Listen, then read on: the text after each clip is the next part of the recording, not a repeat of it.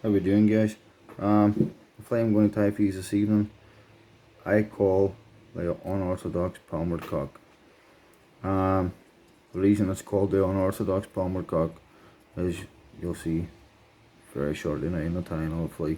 Right, hook I'm tying on Coch B175 size 12. What I've done there, just tied on a bit of uni miler silver and gold tinsel. And what I'm doing is I'm applying a gold tag in the air so this fly. So it's a two-tone tinsel, silver and gold. Whenever you're tying it in, you want the gold side facing you, and just wrap down the bend of the hook and overlap and turns, and then come back up again and do the same overlap and turns all the way up.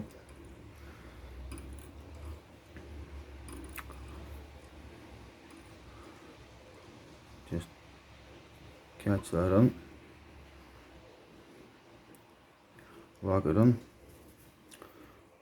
trim off your excess, and what I'm going to do now, just apply a wee touch of varnish just to that tag, just a wee drop, that's all you need.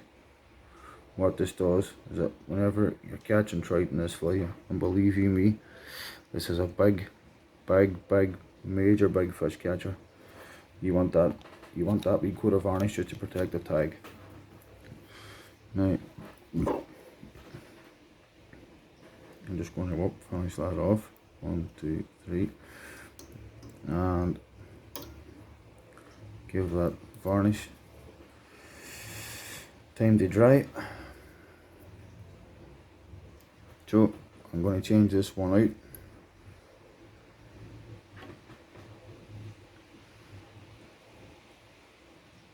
For one that I've already repaired. So this is one that's already been pre-varnished and it's already dried. I'm just going to tie back on, and when I'm tying back on, just come back down the body in nice even touch and turns just to hide any mess. There we go. Looks good to me. Right. Now what I'm going to tie in is copper wire, and that's going to be the rib of the fly. Just lock that on, wind back down the body again, so as you're keeping the body nice and even. Next is peacock herl. 3 strands of peacock herl, that's what I like to use for this.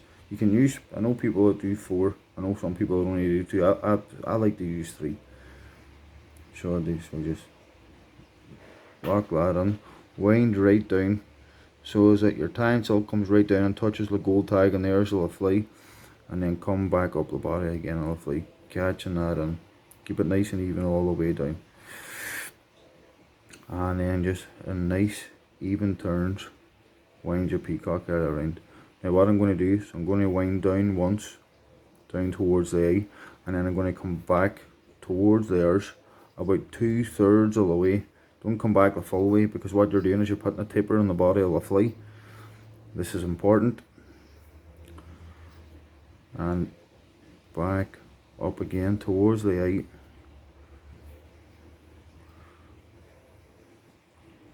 Pinch that in your fingers, lock it in with your tying silk, and tie it off. Now you're going to come to the part why this is called the unorthodox palmered cock. Now, whenever you see me tying this and you're going to see the size of the hackles that I'm tying in, you're going to think, this boy hasn't got a clue what he's doing. But believe you me, I have a clue, alright. And there's a reason why it's getting tied this way. Now, if you were tying this fly, they look good for a magazine, or to show somebody, trying to show off your skills, blah blah blah, whatever. You would have all this in perfect proportion, have all your hackles in perfect proportion, making sure that your palmered feather comes out, just extends by the point of the hook, etc, etc. But I've told you before, I'm not here to tie pretty flies. I'm here to tie these flies that are outright fish catchers. Now look at the size of that. Look at the size of them hackle fibres, and believe you me, this is what makes this fly so deadly. In the last, I would say in the last 4 or 5 weeks, between me and Chris and Kenny and all the locks that we've been fishing, this one fly on its own has been responsible for at least 50 or 60% of the fish that's been caught. That's how good and effective this fly is. Now I'll explain to you why it's done this way. The reason that the hackle is so oversized is because whenever you're fishing wild waters, especially for wild brown trout and in hull locks and up around the Scottish Highlands and that, what you're trying to do is you're trying to make your fly stand out in the water.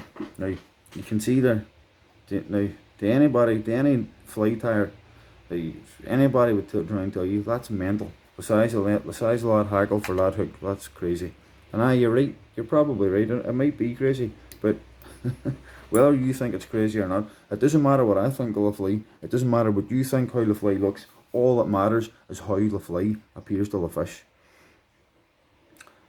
And believe you me, if you follow my channel, Kenny and Chris appear on it quite often, and these boys can vouch for this fly as well.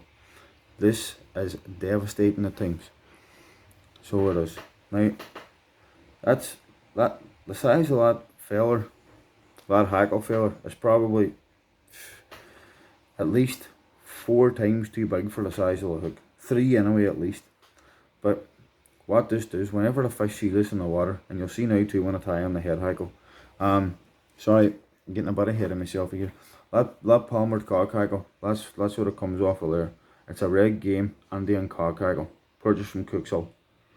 And now what I'm going to tie in for the head hackle. Now look how well marked that cape is. That's a furnace cape. That's a hen furnace cape, also purchased from Cookshall.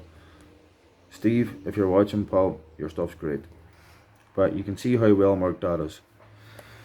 Now I'm going to tie this in, and normally when you're tying on head hackles and that, you're generally only looking for 3 or 4 turns. But see, for this, I'm looking to use the full feller. So yeah, I want that full feller tied on there.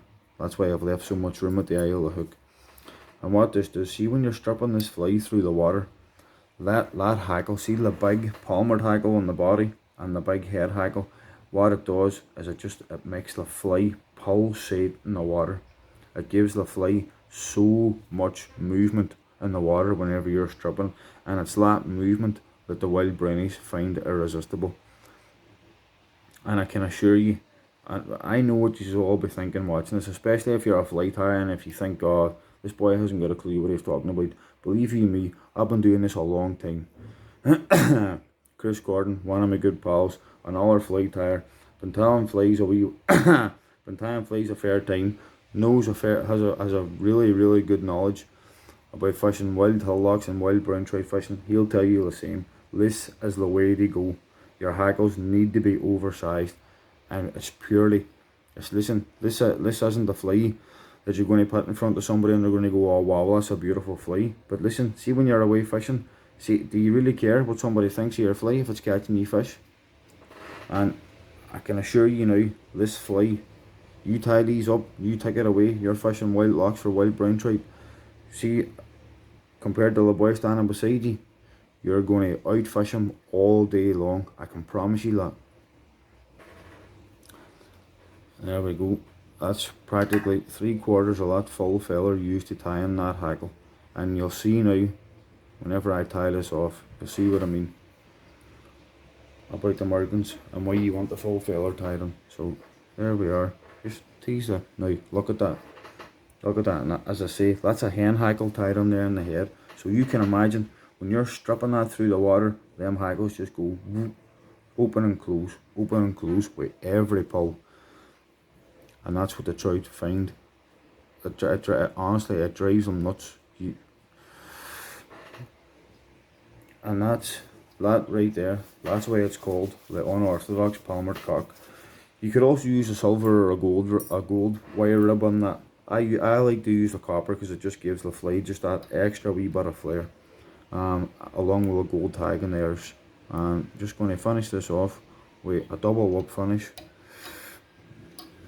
and then it'll be varnished. Now you can see, look how big the flare is in them hackles, but I promise you, you might be looking at it and thinking, no, them hackles is far too big for the size of that hook. And you're right. If you're going to go with how you've been taught how to tie flies, how you see other people tying flies online, aye, you're right, it is oversized, but I can assure you that that is the way to go. Oversize your hackles, and what it is, it's that pulsating movement under the water that the wild brown trout find irresistible. And I guarantee you, you're standing beside a man who's fishing an ordinary fly and you're fishing that beside him, you're catching more fish than him all day long. I can promise you it. Anyway, that's it guys, that's my unorthodox palmered cock. The next video you're going to see me me and the pals, we're away back into the Scottish lowlands, way under the Galloway Hills on Saturday morning, so hopefully I'll have another video on at the weekend of us managing to come in touch with a few big brownies hopefully. But till then guys, tight lines, thanks for watching.